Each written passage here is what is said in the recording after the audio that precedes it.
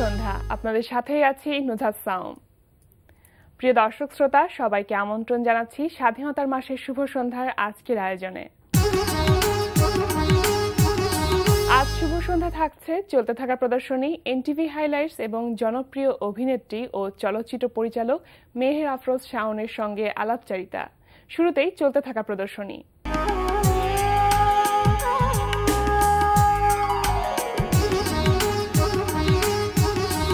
প্রথমে জানিয়ে দিচ্ছি চলতে থাকা প্রদর্শনীর সময়সূচি।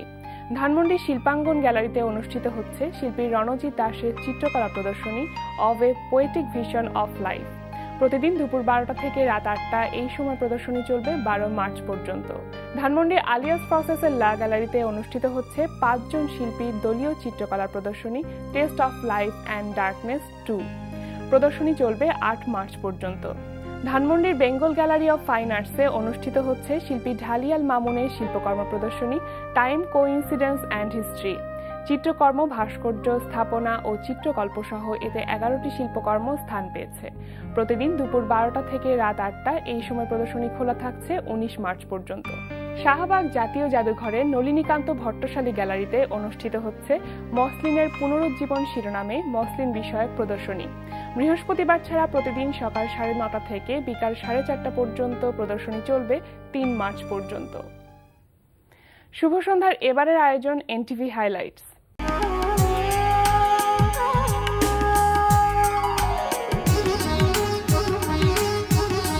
এবার জেনে নিন কি কি থাকছে এনটিভির রাতের অনুষ্ঠান সূচিতে। সন্ধ্যা 6:45 দেখবেন নেওয়াজ মোর্শেদ দীপুর প্রযোজনায় অপরাধ বিষয়ক অনুষ্ঠান ক্রাইম ওয়াচ। রাত 8:20 থাকছে আবুল হায়াতের পরিচালনায় ধারাবাহিক নাটক আকাশের ওপারে আকাশ।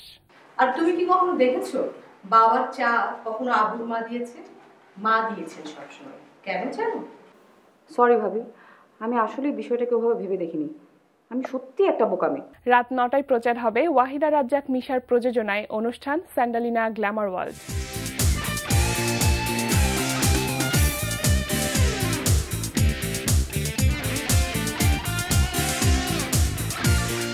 রাত 9:40 দেখবেন পান্থর শাহরিয়ারের রচনায় নঈম ইমতিয়াজ নিয়ামুলের পরিচালনায় ধারাবাহিক নাটক বাক্সবন্দী। তাহলে কি আপনি এখানে দাঁড়িয়ে দাঁড়িয়ে আমাদের দুজনের কথা শুনছেন? কি আশ্চর্য, যে কথা আমি জানি সে কথা আড়াল থেকে শোনার কিছু আছে? কি এত জানেন আপনি? রাত 11:30 দেখবেন মাবরুর রশিদ বান্নার পরিচালনায় ধারাবাহিক নাটক হাউস 44।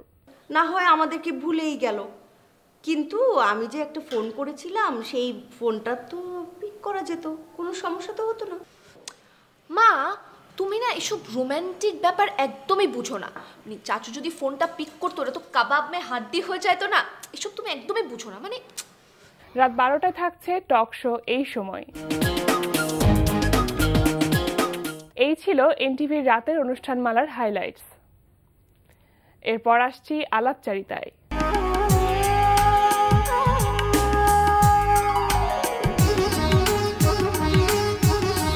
মুক্তি পেয়েছে মেহের আফরোজ শাওনের চিত্রনাট্য ও পরিচালনায় প্রথম চলচ্চিত্র কৃষ্ণপক্ষ। প্রিয় দর্শক, চলচ্চিত্রটি নিয়ে কথা বলতে আজ আমাদের সঙ্গে আছেন জনপ্রিয় অভিনেত্রী ও চলচ্চিত্র পরিচালক মেহের আফরোজ শাওন। চলুন কথা বলি তার সঙ্গে। শুভ সন্ধ্যা। শুভ সন্ধ্যা। কেমন আছেন? ভালো আছি। শুরুতেই অভিনন্দন জানাচ্ছি। 26 তারিখে মুক্তি পেয়েছে আপনার প্রথম চিত্রনাট্য এবং পরিচালনায় প্রথম ছবি কৃষ্ণপক্ষ। তো অনুভূতিটা কেমন লাগছে? মুক্তি পাওয়ার দিন পর্যন্ত একটা মিশ্র অনুভূতি ছিল। উত্তেজনা যেমন ছিল, প্রচন্ড ভীতি ছিল, প্রচন্ড টেনশন ছিল যে দর্শক কিভাবে গ্রহণ করবে। মুক্তি পাওয়ার পরও আরেক ধরনের মিশ্র অনুভূতি, সেটা হচ্ছে একটা প্রচন্ড আনন্দও আছে। গত 2 দিনে দর্শকের রেসপন্স খুবই ভালো, এবং আমি নিজে যখন হলে গিয়েছিলাম দর্শকদের সঙ্গে যখন সরাসরি দেখা হয়েছে, তাদের এক্সাইটমেন্ট, তাদের কান্না দেখে এত ভালো লেগেছে যে ওই ভালো লাগাটা আছে, এবং এই ভালো লাগাটা সামনের দিনগুলোতে ধরে রাখতে পারবো কিনা সেই টেনশনটা আরো তীব্র হয়ে গেছে এখন। মানে একসাথে সব রকম অনুভূতির সংমিশ্রণ একসাথে বলা সব যায়। ধরনের অনুভূতির সংমিশ্রণ অবশ্যই। আচ্ছা, এখানে যখন আমরা জানি যে একটি বড় কোনো লেখকের উপন্যাস থেকে যখন কোনো সিনেমা বানানো হয় বা চলচ্চিত্র নির্মাণ করা হয়, তখন বড় একটি অংশ, দর্শকদের বড় একটি অংশ জুড়ে থাকে কিন্তু পাঠক। তো সেই পাঠকদের কল্পনা শক্তিকে কতখানি স্পর্শ করতে পেরেছেন বলে মনে করছেন? পাঠকদের সেই বড় অংশের অনুভূতি এখনো জানতে পারিনি। এটি খুবই একটা চ্যালেঞ্জিং ব্যাপার যে বহুল পঠিত উপন্যাস যখন হয় তখন এই যে পাঠক যারা দর্শক হন তারা পাঠ করার সময় যে কল্পনা করেছেন প্রতিটি দৃশ্যের, প্রতিটি চরিত্রের, সেই কল্পনাকে স্পর্শ করতে পারা মানে একেবারে দুরূহ কাজ। সোশ্যাল মিডিয়ার মাধ্যমে বা সামনাসামনি যখন আমি হলে গিয়ে কিছু পাঠক দর্শকের মুখোমুখি যখন হয়েছি তখন তারা তাদের এক্সাইটমেন্টটা দেখিয়েছেন, তারা বলেছেন যে না তাদের কল্পনা স্পর্শ করতে পেরেছি, বা কেউ কেউ বলেছেন, এটি একটু বাড়িয়েই বলবো আমাকে সামনে পেয়ে, যে কল্পনাকে ছাড়িয়ে গেছে। কেউ কেউ বলেছেন যে যেমনটি ভেবেছিলেন তেমনটি হয়েছে। সেটা আসলে আমার সঙ্গে যাদের দেখা হয়েছে বা সোশ্যাল মিডিয়ার কল্যাণে যারা জানাতে পেরেছেন, সমস্ত পাঠকের অনুভূতি জানতে আসলে অনেক সময় লাগবে। আমার চেষ্টাটা ছিল, আমি চেষ্টা করেছি আমার কল্পনা, এবং যেহেতু হুমায়ুন আহমেদের সাথে দীর্ঘদিন কাজ করার এবং পারিবারিক কারণে হুমায়ুন আহমেদের কল্পনাটা জানার সুযোগ অন্যদের চেয়ে আমার অনেক বেশি। আমি চেষ্টা করেছি হুমায়ুন আহমেদের কল্পনায় কৃষ্ণপক্ষের অরু মুহিব বা কৃষ্ণপক্ষের সিচুয়েশন কেমন ছিল সেটা একটু তুলে ধরতে। আচ্ছা, যেহেতু কথা প্রসঙ্গে অরু মুহিবের কথা এসেই গেল, তাহলে এটা বলি যে এখানে তো অভিনয় করেছেন ফেরদৌস, জনপ্রিয় নায়ক, তারপরে রিয়াজ এবং একই সাথে মাহিয়া মাহি। তো এর আগে তো ফেরদৌস এবং রিয়াজকে আমরা দেখেছি হুমায়ুন আহমেদের বিভিন্ন রকম চলচ্চিত্রে কাজ করতে, কিন্তু মাহিয়া মাহি এখানে একদম সম্পূর্ণ নতুন আঙ্গিকের একটি মেয়ে এসে কাজ করেছে। এত বড় একটি চ্যালেঞ্জ কিভাবে আপনি নিলেন, বা মাহিয়া মাহিকে আসলে নেওয়ার পেছনে উদ্দেশ্যটা কি ছিল? হুমায়ুন আহমেদ যখন চলচ্চিত্র নির্মাণ করতেন নিজের উপন্যাস থেকে, ওনার তৃতীয় চলচ্চিত্র দুই দুয়ারিতে কিন্তু মাহফুজ আহমেদ, আমি ছিলাম মেহের আফরোজ শাওন, আমাদের দুজনের পাশাপাশি কিন্তু তখনকার চলচ্চিত্রের মূলধারার যিনি নায়ক ছিলেন রিয়াজ, একেবারে ফর্মুলা ছবি, নাচ গান মারপিটে ভরপুর, উনি কিন্তু রিয়াজকে হঠাৎ করেই সাহিত্য ভিত্তিক ছবি, সাহিত্য নির্ভর ছবি দুই দুয়ারিতে উনি নিয়ে আসলেন। তখনও কিন্তু আমি যেহেতু কো আর্টিস্ট ছিলাম তখন, আমি সহ সবাই খুব চমকে গিয়েছিল যে আসলে কেন মূলধারার একজন নায়ককে কেন সাহিত্য নির্ভর ছবিতে নেওয়া হলো। হুমায়ুন আহমেদ তখন এটার ব্যাখ্যা দিয়েছিলেন যে ওনার মনে হয় যে ওদের ওই সুযোগটা পাওয়া উচিত। এই তৃষ্ণাটা, একটি ভালো ছবিতে কাজ করবার তৃষ্ণা কিন্তু কমার্শিয়াল ছবির নায়ক নায়িকা সবার থাকে এবং সেই ডেডিকেশনটা থাকে। পরবর্তীতে চন্দ্রকথা চলচ্চিত্রে কিন্তু হুমায়ুন আহমেদ ফেরদৌসকে যখন নিলেন তখনও কিন্তু আমরা একটু কম হলেও একটু চমকে গিয়েছিলাম। এখন মূলধারার নায়করা যখন এসেছেন, হুমায়ুন আহমেদের সাথে কাজ করেছেন, এখন কিন্তু ফেরদৌস আর রিয়াজ ভাই পরীক্ষিত হয়ে গেছে। তো আমি মনে করি পরীক্ষাটায় পাশ করে এসেছেন তারা। আমি মনে করি যে নায়িকাদের, মূলধারার নায়িকাদেরও সেই সুযোগ দেওয়া উচিত, তাদেরও তৃষ্ণা আছে একটি সাহিত্য নির্ভর ছবিতে কাজ করবার। তো সেই ক্ষেত্রে আমার মাহিয়া মাহিকে পারফেক্ট মনে হয়েছে অনেকগুলো কারণে। ওকে একদম মেকআপ ছাড়া যখন আমি দেখেছি এবং ওকে যখন ডাকা হয়েছে এই ছবির জন্য, ওর ডেডিকেশনটা, হুমায়ুন আহমেদের প্রতি শ্রদ্ধাবোধটা আমার কাছে মনে হয়েছে যে না, ও হুমায়ুন আহমেদের একটি চলচ্চিত্রে কাজ করবার যোগ্য। আচ্ছা, মাহিয়া মাহি যে ক্যারেক্টারটি কাজ করেছে সেই ক্যারেক্টারটির নাম হচ্ছে অরু। তো অরুকে আসলে মাহিয়া মাহি কতখানি ধারণ করতে পেরেছে? দেখেন, আমাদের সামনের যত দিনগুলোতে এগিয়ে যাব আমরা, আমাদের কিন্তু আসলে নতুন প্রজন্মের অভিনেতাদেরকে নিয়েই কাজ করতে হবে, তাই না? তাদেরকে সুযোগ দিতে হবে, সুযোগ দিতেই হবে। কারণ রিয়াজ ভাই, ফেরদৌস ভাই এখনো করতে পারছেন। আজ থেকে 10 বছর পর কিন্তু মুহিব চরিত্রে আমাদের, মানে মুহিবের মতো এরকম একটি বাচ্চা ছেলের চরিত্রে কিন্তু আমাদের নতুনদেরকেই সুযোগ দিতে হবে। সেই জায়গা থেকে যদি বলি, আমার কাছে যতটুকুন আমার ধারণা ছিল, আমার এক্সপেকটেশন যতটুকুন ছিল, মাহিয়া মাহি তার চেয়ে অনেক বেশি চেষ্টা করেছে এবং সে শতভাগ না হলেও সে অনেকাংশেই সফল। আমি বলবো 90 ভাগের উপরে সে সফল। সেই ডেডিকেশনটা অবশ্যই ছিল, জন্যই সে সফল হতে পেরেছে। অবশ্যই। আচ্ছা, খুব কম সময়ের একটি ডিসিশন নেওয়া হয়েছিল এই কৃষ্ণপক্ষের জন্য। এত কম সময়ে চিন্তা করাটা, এবং এটা আমরা জানি যে হুমায়ুন আহমেদ স্যারকে ডেডিকেট করার উদ্দেশ্যটা ছিল 13 নভেম্বরকে সামনে রেখে, যেটা হয় নাই। তো সেই কম সময়ের একটি গল্পটা একটু শুনতে চাই, যে এত কম সময় ডিসিশনটা কিভাবে নেওয়া হয়েছিল? কৃষ্ণপক্ষের যে প্রযোজনা প্রতিষ্ঠান ইমপ্রেস টেলিফিল্ম লিমিটেড, ওনারা সবসময় হুমায়ুন আহমেদের জন্মদিন নিয়ে একটা আয়োজন করেন, প্রতি বছরই আয়োজনটা রাখেন, বিশেষ করে 2012 সালের পর থেকে। তো এইবার হঠাৎ করেই ওনারা সেপ্টেম্বরের 27 তারিখ, মানে একেবারেই সময় তখন হাতে ছিল না, হঠাৎ করে যখন আমাকে এরকম একটা প্রস্তাব দিলেন, আমি একদম দেখলাম যে আমাদের হাতে একটি মাসও পুরোপুরি সময় নেই। মানে একটি ছবি মুক্তি দেওয়ারও তো আসলে একটা প্রসেস আছে।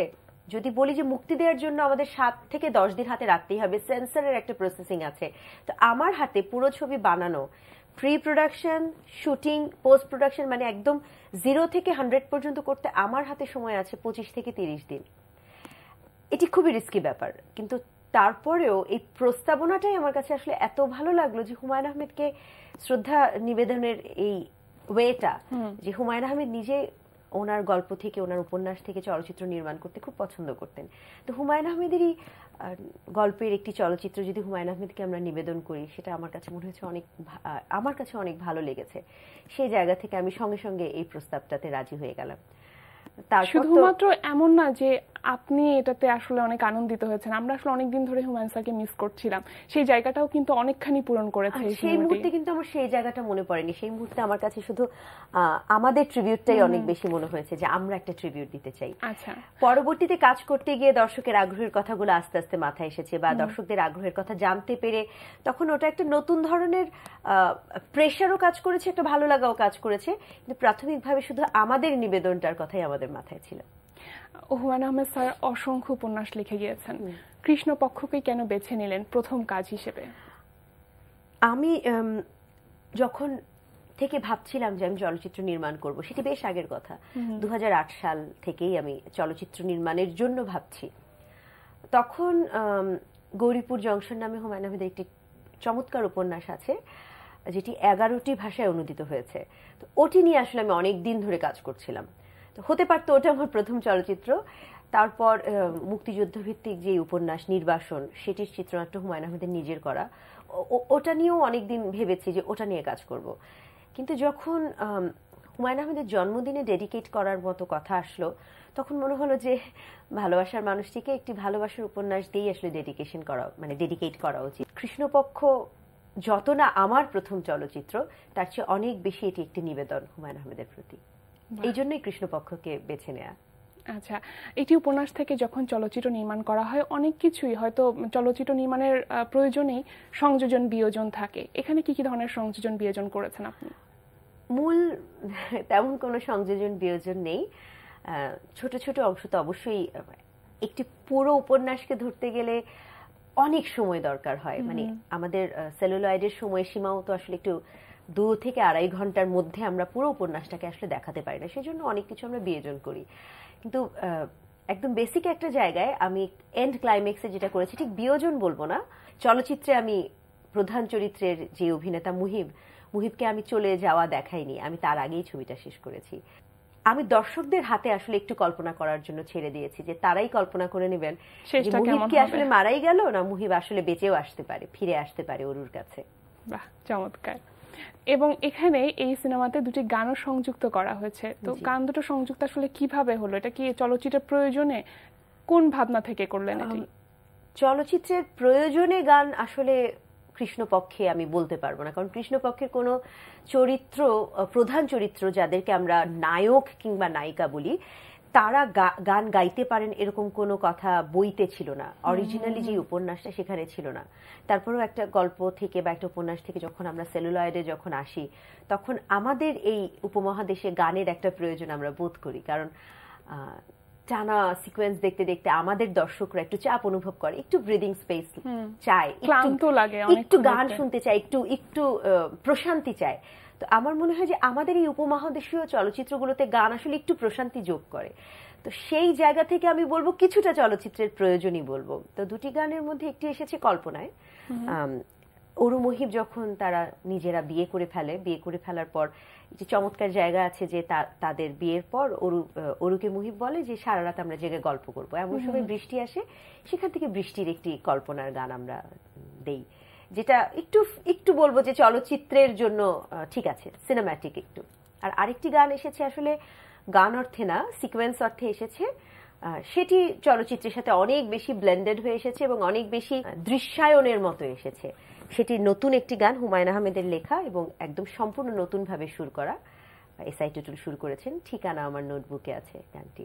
তো ওটা গান হিসেবে আসেনি, দৃশ্য হিসেবে এসেছে। আর একদম শেষে একটি গান আমরা আবহ সঙ্গীত হিসেবে ব্যবহার করেছি। যেহেতু ইমন সাহা এটার ব্যাকগ্রাউন্ড মিউজিক করেছেন, তিনিও যথেষ্টই অভিজ্ঞ, তিনিও চেষ্টা করেছেন অল্প সময়ে তার সর্বোচ্চটি দিতে। দর্শক এবং পাঠক যারা আছেন সবাই স্যাটিসফাইড হবে এবং হলে গিয়ে মুভিটা দেখবে। তো আপনি ডিরেকশনে কাজ করছেন প্রায় 13 বছর, নাটকের ডিরেকশনে কাজ করেছেন, এবার প্রথম চলচ্চিত্র। এই জায়গাটা সম্পূর্ণ অন্যরকম একটি জায়গা। তো সেক্ষেত্রে আসলে কি ধরনের প্রতিবন্ধকতা ফেস করেছেন কিনা সেটা একটু শুনবো। প্রতিবন্ধকতা সেই অর্থে ফেস করিনি, বরং আমি বলবো যে আমি আমার শিল্পী কলাকুশলী সবার একদম পূর্ণ সহযোগিতা আমি পেয়েছি। তবে একটি জায়গা বলতেই হবে যে 13 বছর হতে চললো নাটক পরিচালনার বা পরিচালনার এই জায়গাটাতে কাজ, এই ক্ষেত্রটিতে কাজ করবার।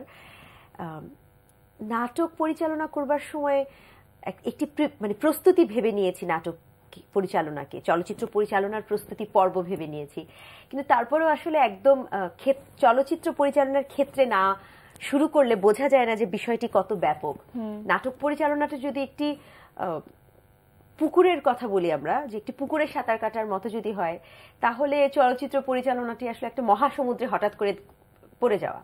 হ্যাঁ, খুব দক্ষ সাঁতারুও যদি মহাসমুদ্রে পড়েন, কিছুক্ষণের জন্য অবশ্যই তাকে দিশেহারা হয়ে যেতে হবে।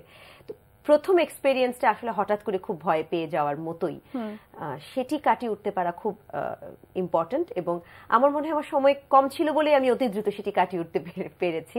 1997 সালে মেহের আফরোজ শাওন যাত্রা শুরু করেছিল তিতলি নামে। তো এখন পর্যন্ত অনেকগুলো ক্যারেক্টারে কাজ করা হয়েছে, অনেক চলচ্চিত্রে অভিনয় করা হয়েছে, নাটকে কাজ করা হয়েছে। এরপরে কি আমরা তিতলিকে দেখতে পাবো সামনে?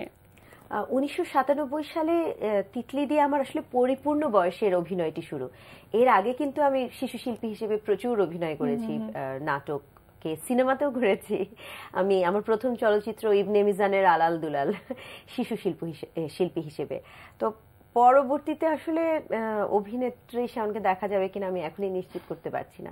সময়, সুযোগ এবং চরিত্র পছন্দ হলে করব না এমন কোনো ডিসিশন নেইনি, করতেও পারি। আবার সময়, সুযোগ এবং চরিত্র পছন্দ না হলে করতেই হবে এমন ভাবছি না। কথা বলতে অনেক ভালো লাগছিল, অনেকদিন পর অনেক প্রাণ খুলে কথা বললাম, গল্প করলাম। তো আমাদের অনুষ্ঠানে এসেছেন, এত ব্যস্ততার মাঝে সময় দিয়েছেন, অনেক ধন্যবাদ আপনাকে এবং এই চলচ্চিত্রটির জন্য শুভকামনা রইল। আপনাদেরকেও ধন্যবাদ এবং শুভকামনার জন্য ধন্যবাদ। যেসব দর্শক হলে গিয়ে ছবি দেখেছেন, আপনাদের ভালো লাগার কথা জানিয়েছেন, তাদের কাছে অনেক কৃতজ্ঞ। অনেক ভালো লেগেছে আপনাদের অনুভূতির কথা জেনে। যারা এখনো দেখতে পারেননি, আশা করব তারা হলে গিয়ে চলচ্চিত্রটি দেখবেন এবং আপনাদের কল্পনার সাথে কতটুকু ম্যাচ করেছে সেই কথাটি আমাদেরকে জানাবেন। সবাইকে কৃষ্ণপক্ষে আমন্ত্রণ। প্রিয় দর্শক, কথায় কথায় আমরাও চলে এসেছি অনুষ্ঠানের শেষ প্রান্তে। আমাদের সঙ্গে যোগাযোগের ঠিকানা প্রযোজক শুভ সন্ধ্যা, এনটিভি বিএসসিসি ভবন, 7ম তলা, 102 কাজী নজরুল ইসলাম এভিনিউ, কারণ বাজার, ঢাকা 1215। আমাদের ইমেল অ্যাড্রেস shubhosandha@ntvbd.com। প্রিয় দর্শক, এনটিভিতে সম্প্রচারিত সংবাদ ও অন্যান্য সকল অনুষ্ঠান দেখতে লগ ইন করুন www.ntvbd.com-এ। সবার মঙ্গল কামনায় আজকের মতো এখানেই শেষ করছি। শুভ সন্ধ্যা।